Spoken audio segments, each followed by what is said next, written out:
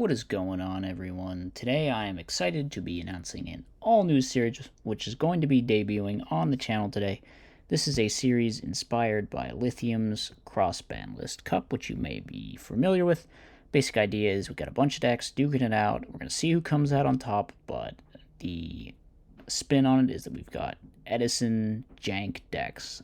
So we've sorted them into two double elimination brackets. The reason there are two is because we have like two divisions. We have the competitively viable jank decks, which are like decks that have topped, decks that have come close to topping, decks that have performed in some other way, like on ladder, or decks that are just good in my opinion or have potential.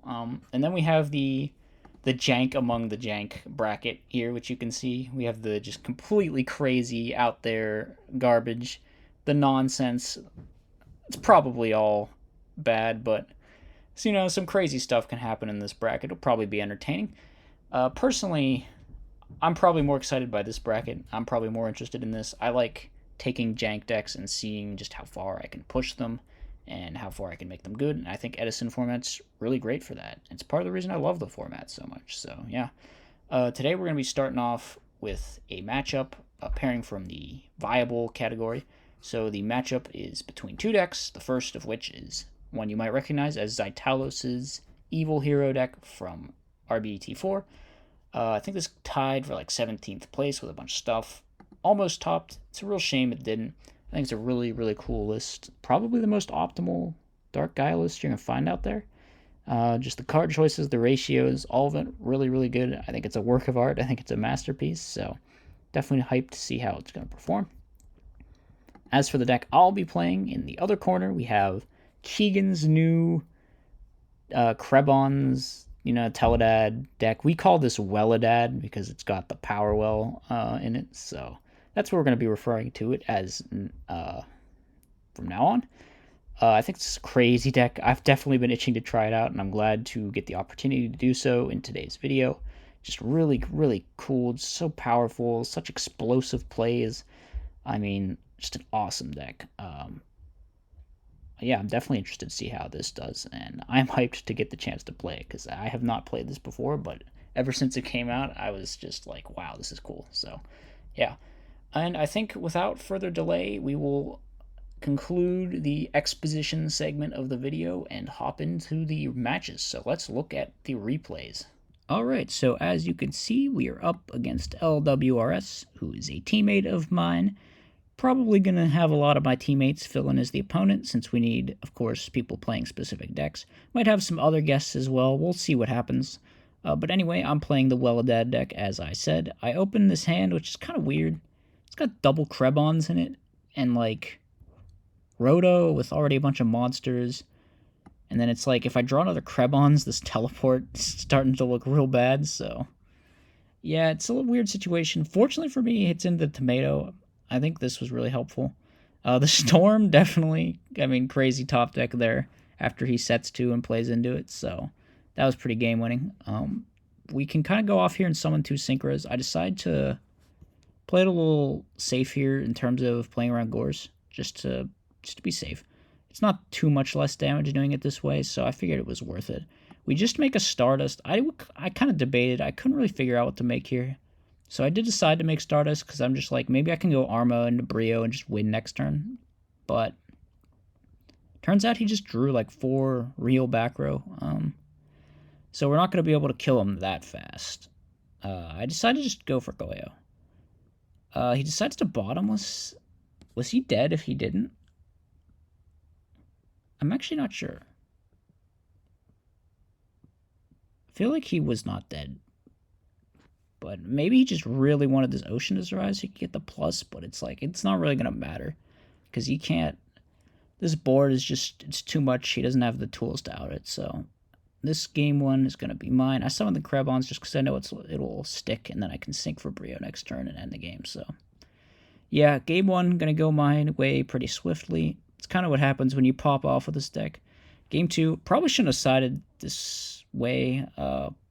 The floodgates felt kind of bricky, but I kind of just don't draw a single, like, starter in this hand, which really sucks. Or even like a tuner. A tuner would have been good. Like a Krebons, that would have been real nice. Would have blown my hand wide open. But we don't find one. So it just kind of slowly goes to crap here, honestly. He gets really aggressive here. I'm not going to die because I have the G prison, but it's like I draw for turn, and it's just I just scoop here. I'm like, okay, I've had enough. This is so bad. We're siding out these floodgates, and we're going next. So here in game 3, I think I recall I opened an absolutely bonkers hand. I'm just like, I'm killing him next turn. I don't care how it's happening. So he just goes for Stratos. I think he was saying afterwards that he should have just summoned a Thunder King, maybe. But yeah, he goes for this. A little bit greedy. I pay the 8. Yeah, another cool thing about this deck is that Krebons, just by itself, is a much better card than Deep Sea Diva. Now, Diva, don't get me wrong, Diva is a better card than Krebons. I'm not saying that Krebons is a better card than Deep Sea Diva. I'm just saying there are some serious advantages to playing Krebons over Deep Sea Diva. It's just a lot less bad of like a brick, you know? And if you just see it in your hand and you just want to summon it and pass, it's like okay. It's like a thing you can do. Plus, it being a dark is, of course, another advantage, but its effect and its stats in terms of just sticking on the field and being a guy that you can sit on is a lot more useful than Diva, where it's like Diva, you just need something else to use Diva with. And if you don't have something else, then Divas in your hand they're just bricks. They just don't do anything. So yeah. Anyway, as we were saying before, I kind of interrupted to go on my tangent. We're just comboing off here. We drop everything. We summon the dad. We get the Maui out of deck. We get the Goblin Zombie back. This is way over game, I think. Or yeah, I mean, what a just crazy turn. It kind of shows off the power of this deck when you can find the right combo pieces to get your power plays going. This felt unfair, honestly, going off like this. Just felt like he had no chance. Felt like it was a bit of a slaughter with having the Maui and the zombie play on top of the dad drop, having the Greffer to set thing. It was just wild opening hand. But you will just draw hands like this in this deck, where you just demolish them with your Dark Arm, Synchro Summon type of plays. Definitely feels very similar to sort of more classic WelleDAD builds in terms of playstyle. I mean, I think this is a pretty cool deck and probably has a good bit of potential to be good as well. I mean, we'll have to see. We'll see what happens at Deck Devastators, but I mean, it definitely impressed me in these games. Just the power plays are crazy. So if you can hit that ceiling with any kind of consistency, I think this deck might be a force to be reckoned with. So yeah.